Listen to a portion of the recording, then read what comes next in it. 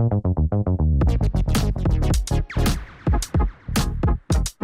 this is Ashley Victoria Robinson coming to you from the Popverse here at Emerald City Comic Con, and I am here with the man, the myth, the legend, the guy who made it okay for all of us to be nerds, Seth Green. Welcome to the Popverse today. Hey, thanks, Dave.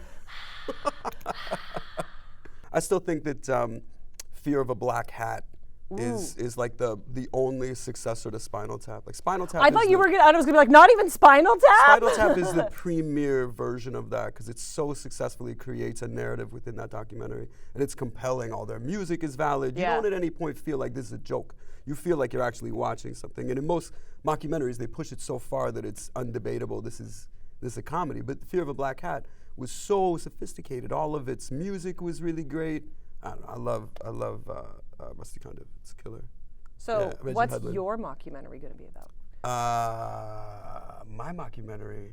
You know, we talked about at one point doing. I'm wearing the shirt. It's funny. I also grabbed the mic like full fist, so that's gonna sound. We had talked for a while, when the limited series format started becoming really vogue, like 7 or 8 years ago. Post Sherlock BBC becoming the biggest thing in the world, yeah. Yeah, but it was even more that it's like you get these 10 or 12 episode things that are just that on a whatever platform, everything from, you know, like Mrs. Davis to The Watchmen.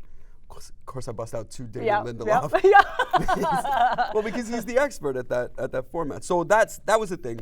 Brecken and I, Donald, we even talked to Deb and Harry, like, what if we did it was when the boy bands were all reuniting. And you're seeing like a combo tour of the Backstreet Boys with NSYNC. Where you're like, God, this feels like something Du Jour would chase. And how funny would that be following Marco as he decides to put the band back together, tries to gather each of us from wherever we are. I don't know.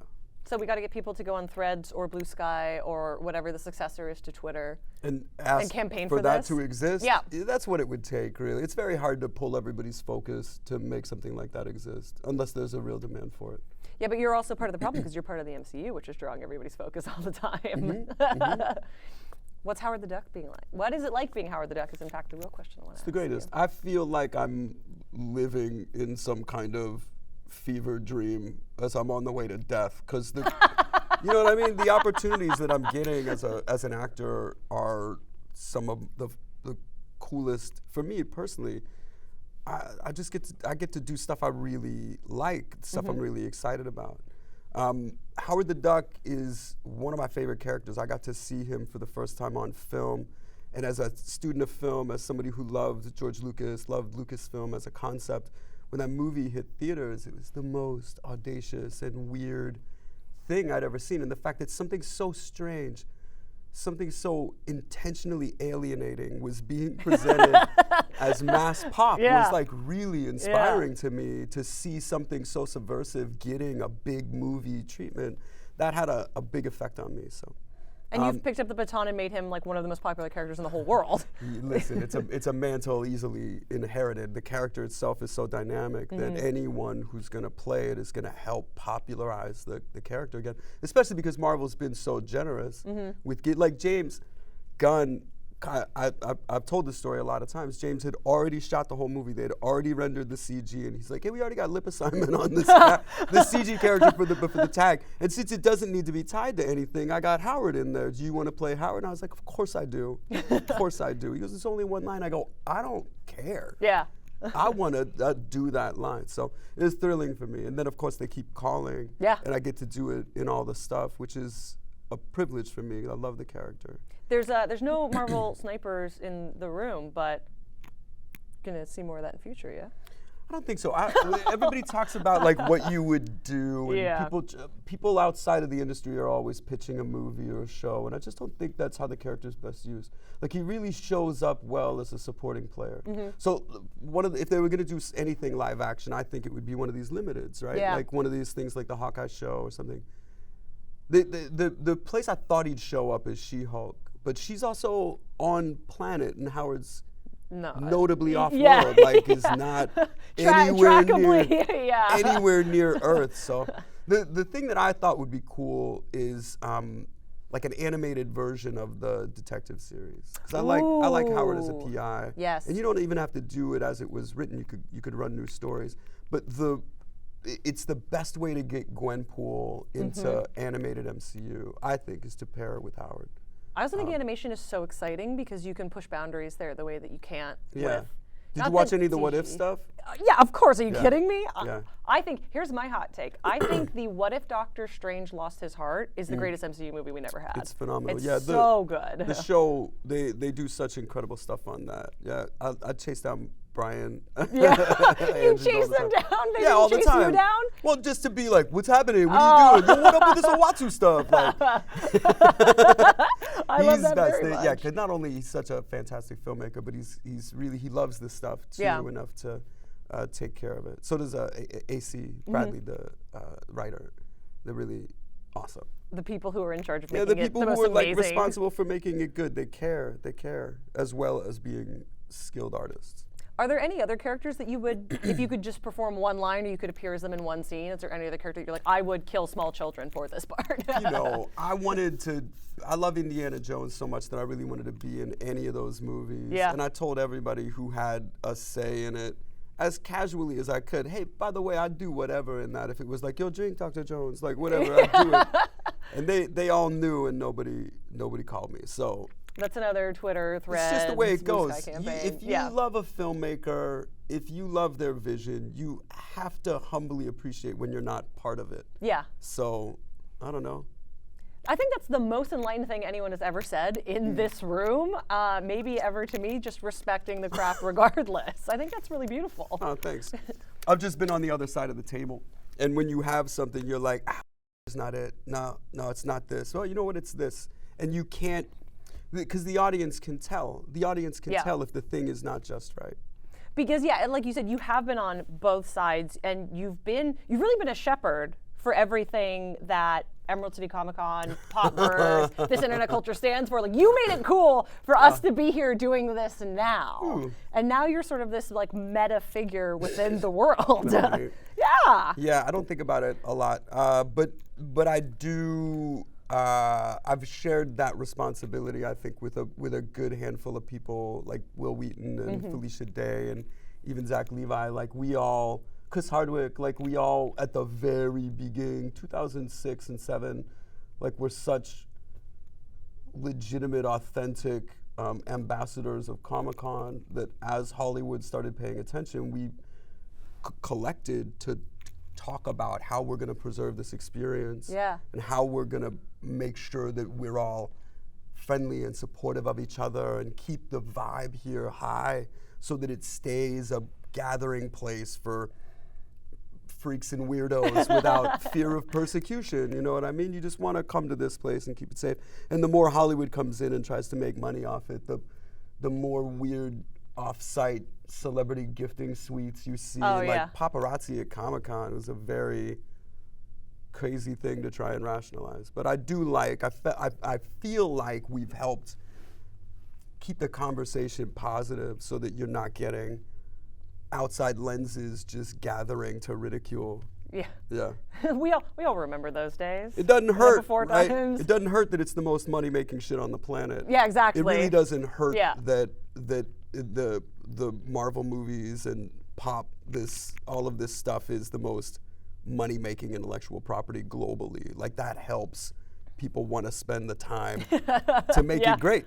But also a lot of it has such a lifespan now. Like, the MCU, DC Studios is getting its new redo right now, but like Robot Chicken has been on the air for people's entire lifetimes. It's like weird. You are creating stuff that's bringing people in. Is it weird that it's like a whole grown up now? A whole grown up project? She can drink, she can hang. Yeah. we talked about that earlier. It was like the third season when we realized we had over 1 million viewers. Yeah. And we were going to Comic-Con and we were meeting like thousands of people in a room who were like, I felt the same way. And it's 10 years ago, we started meeting kids who were 19 who were like, I grew up watching the show. Yeah. And so we laughed about that. But I remember the stuff that I grew up on. And it's my belief that we created Robot Chicken in the spirit of the things that were most inspiring to us. And in that sense, I like that we have passed down this kind of counterculture, slightly anti-authoritative, but also sort of pro-commercial pop celebration. Like it's a shameless and unapologetic expression of love for all of this pop that makes us who we are and also makes us say, what the fuck are they trying to teach us, right? Yeah. And you've also single-handedly introduced generation upon generation to Migos. Migo action figures. Isn't that fun? Yeah, yeah. That was the sort of the bargain. Anytime they brought it, because as soon as this stuff started becoming really popular, we all took meetings at very high levels with all these studios, and they're like, "What do you want to do? What do you think is? How do we get?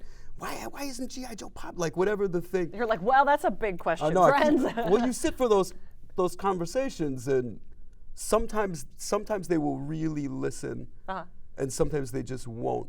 You just watch like the eyes glaze over. Well, I've had to learn how to speak to the things that they care about. Because me saying, well, this character's core, like where it comes from, you're misunderstanding like why this character is even meaningful. They just don't know what I'm talking about. Yeah. They really are not. Most people who are in money or are executives at that level, they just, you hear messaging through different frequencies. And so it's not anybody's fault. Yeah. You literally speak a different language. And so I've had to learn to speak those languages. Corporate language.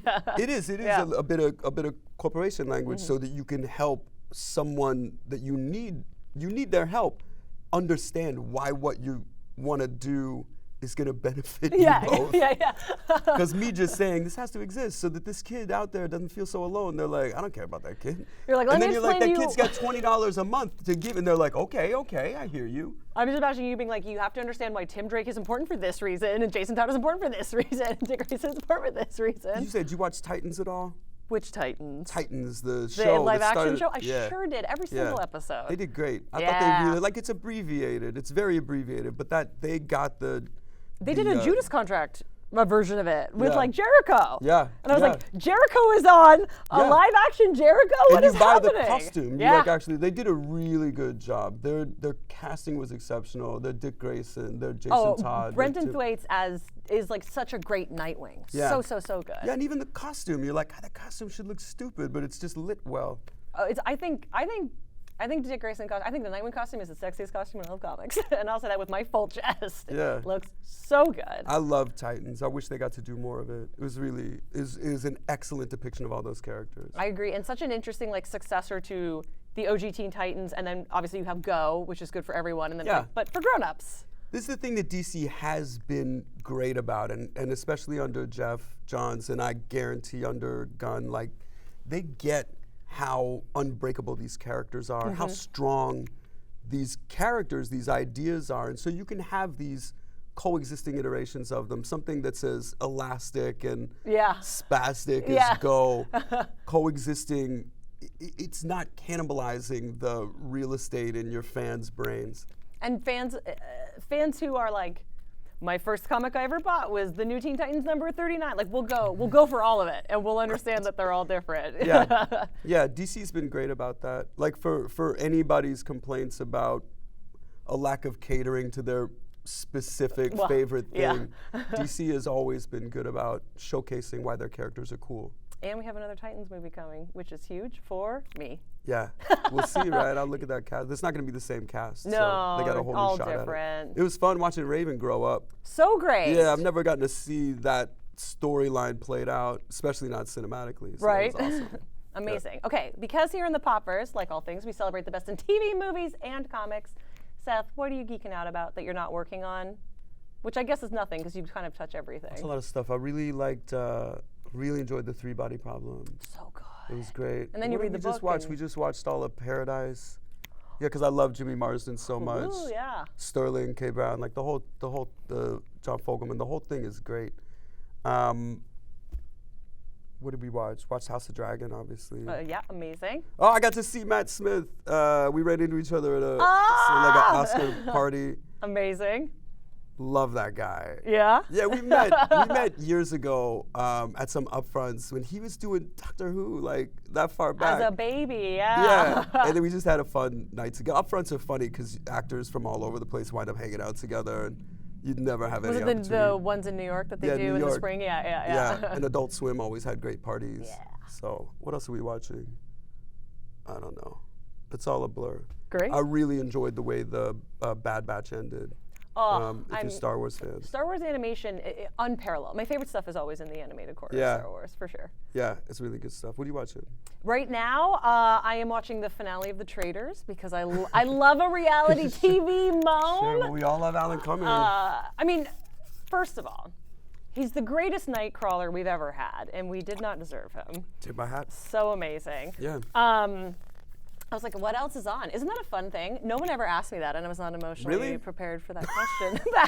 back to me. That's funny. I have been rewatching the original Teen Titans. Yeah. Because it's so good. Yeah. The Mad Mod episode is a crime, but the rest of the shows are really, really good.